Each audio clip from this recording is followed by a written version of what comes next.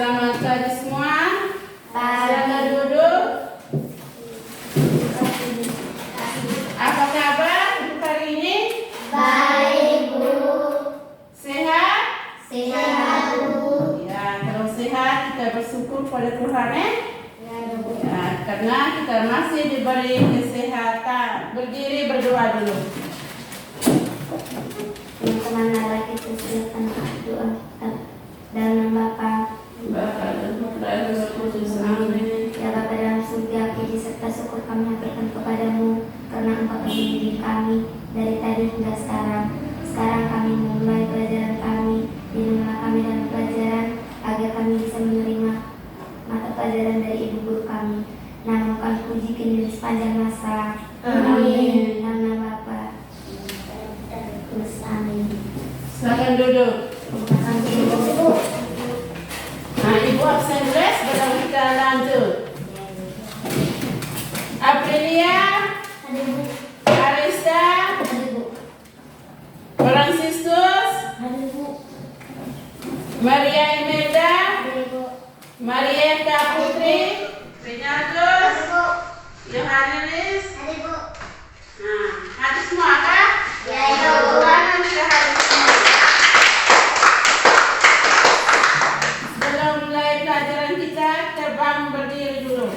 Kita nyanyi dulu salah satu lagu nasional kita. Elda angkat. Garuda Pancasila 3. Garuda Pancasila, akulah pendukungmu, patriot proklamasi, sedia berkorban untukmu.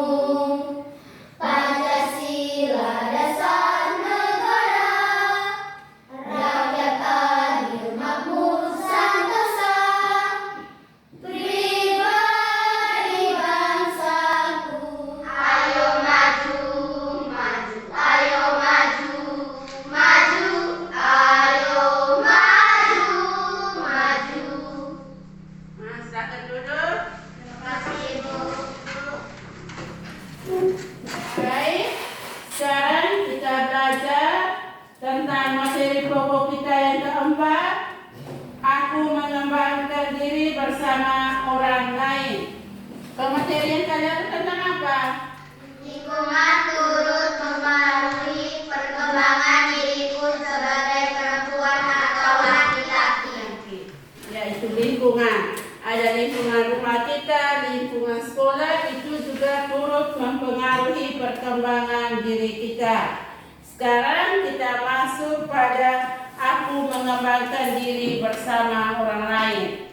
Yang punya tujuan pembelajaran yang pertama itu menjelaskan makna manusia sebagai makhluk sosial. Yang kedua, menyebutkan orang-orang yang turut berperan mengembangkan diri kita. Jadi ada dua tujuan yang ingin dicapai dalam pelajaran kita kali ini. Manusia itu sebagai makhluk pribadi. Makhluk pribadi bagi kita manusia mempunyai keunikan. Kita beda dengan yang lain. Elda beda dengan Arista, berbeda. Walaupun kembar, kita berbeda. Selain sebagai makhluk individu, manusia juga sebagai makhluk sosial. Dia tidak bisa hidup sendiri tanpa bantuan orang lain. Kita bisa makan karena ada petani yang kerja di sawah yang menghasilkan beras untuk kita. Makan ikan karena ada nelayan. Itu mau mengatakan bahwa kita sebagai makhluk sosial, kita selalu berhubungan dengan orang lain. Ketika kita mau pintar, ada bapak ibu guru yang membimbing kita. Dalam kegiatan kita ini ada beberapa lingkup penilaian yang ibu akan berikan. Pertama, penilaian sikap. Yang kedua, penilaian pengetahuan. Dan yang ketiga, penilaian keterampilan. Itu ada 3 penilaian yang akan ibu berikan. Jadi kita semua konsentrasi untuk lihat gambar itu. Ibu bagi lagi. Ada berapa gambar itu yang di depan? Sudah baik?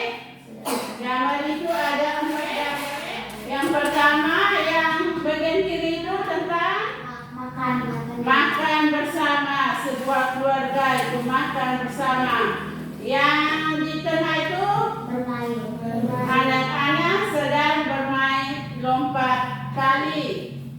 Terus yang ketiga itu suntik. Yang keempat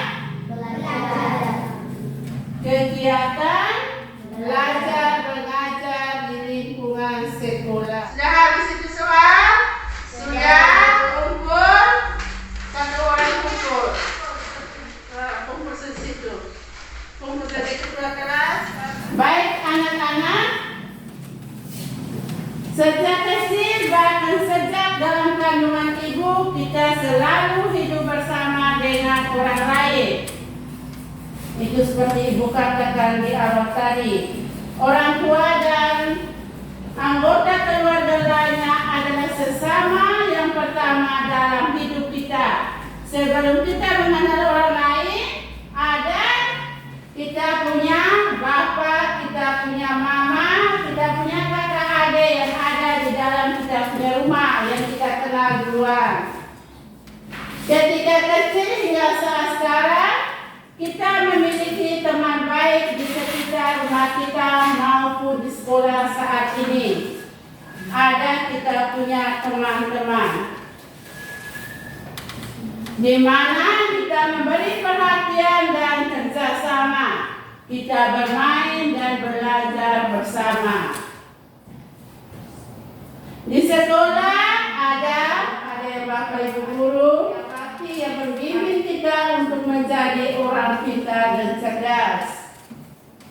Ketika kita sakit, kita diperiksa dan dirawat tenaga medis, dokter, perawat, atau menteri kesehatan. Masih banyak orang lain dengan berbagai hal yang mendukung perkembangan diri kita. Siapapun mereka adalah sesama kita. Bersama mereka kita dapat berkembang sebagai pribadi manusia yang bermartabat luhur dan citra Allah. Baik anak-anak, setelah kita lihat tentang cerita kehidupan tadi, sekarang kita dengar cerita kitab suci yang diambil dari Injil Markus bab 3 ayat 31 sampai dengan 35. Lalu datanglah ibu dan saudara-saudara Yesus. Sementara mereka berdiri di luar, mereka menyuruh orang memanggil dia. Ada orang banyak duduk mengelilingi dia. Mereka berkata kepadanya, "Lihat, ibu dan saudara-saudaramu ada di luar dan berusaha menemui engkau." Jawab Yesus kepada mereka, "Siapa ibuku dan siapa saudara-saudaraku?" Ia melihat kepada orang-orang yang duduk di sekelilingnya itu dan berkata, "Ini ibuku dan saudara-saudaraku. Barang siapa melakukan kehendak Allah, dialah saudaraku laki-laki, dialah saudaraku perempuan, dialah ibuku." Baik anak-anak, untuk mendalami bacaan kitab suci tersebut ada beberapa pertanyaan penutur. Yang pertama, apa yang dikisahkan dalam teks Markus bab 3 ayat 31 sampai 35 menceritakan tentang apa tadi? Yesus dan saudara-saudaranya. Tepuk tangan tegar. Ada yang lain? Saudara-saudara Yesus dan ibu Yesus. Saudara-saudara Yesus dan ibu Yesus. Tepuk tangan. Teman tertawa. Menurut Yesus, siapakah ibu dan saudara-saudaranya?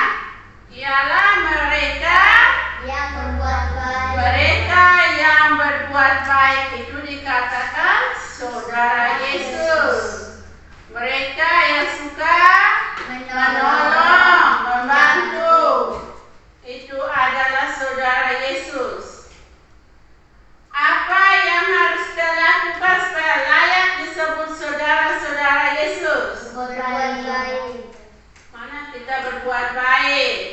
rajin ke gereja, menghormati orang tua, itu yang akan disebut sebagai saudara-saudara Yesus.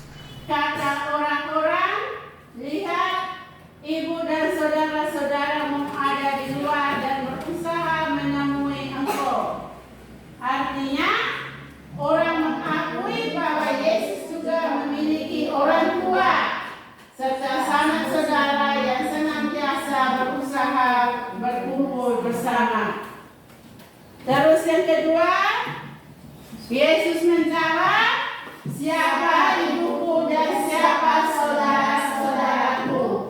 Ia melihat kepada orang-orang yang duduk di sekelilingnya itu dan berkata, ini ibuku dan saudara-saudaraku. Barang siapa melakukan kehendak Allah, ialah saudaraku laki-laki, dialah saudaraku perempuan, dialah ibuku.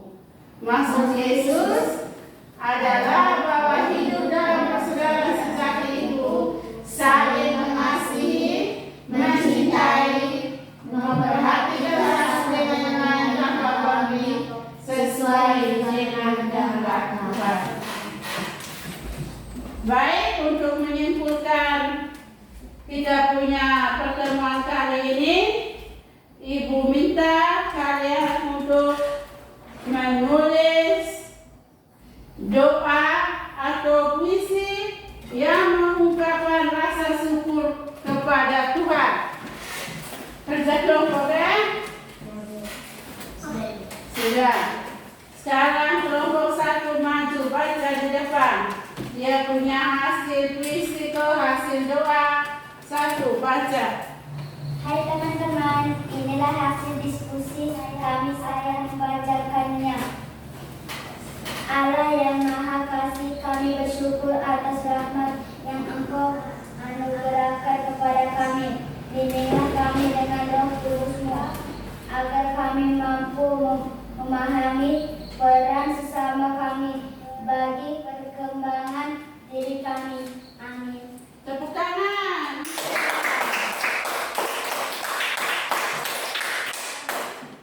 Nah, sekarang anak-anak ambil buku berpoin. Kita tulis beberapa poin penting pelajaran kita kali ini. Manusia adalah makhluk pribadi atau individu sekaligus makhluk sosial. Sebagai individu, ia adalah pribadi yang unik.